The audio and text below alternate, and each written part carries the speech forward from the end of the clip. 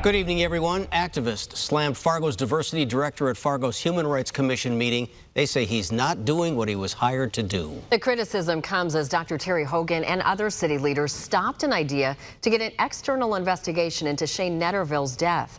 Officers were cleared of the wrongdoing by the Attorney General after the July 8th officer-involved shooting.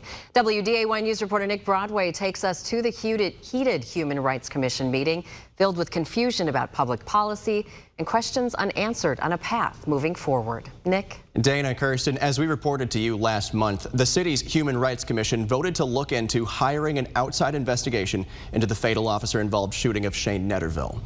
A few Human Rights Board members met with the mayor, director of diversity, and other leaders where they were told the vote on that investigation was out of order. Left with few answers on how to move forward, activists opened this afternoon's Human Rights Commission meeting by criticizing board members and the director of diversity. Now, in that room was only a single person of color, which is Dr. Terry, who has continued to prove that he's not willing to fight on behalf of the marginalized community. I don't know what's going on. It's been in a cloud of smoke. Many of the board members agree more should be done, but they didn't know what they could do. The director of diversity, Dr. Terry Hogan, suggested they let the police oversight board handle the investigation instead. Because I believe, in fact, is that many of the members does have questions, if you will.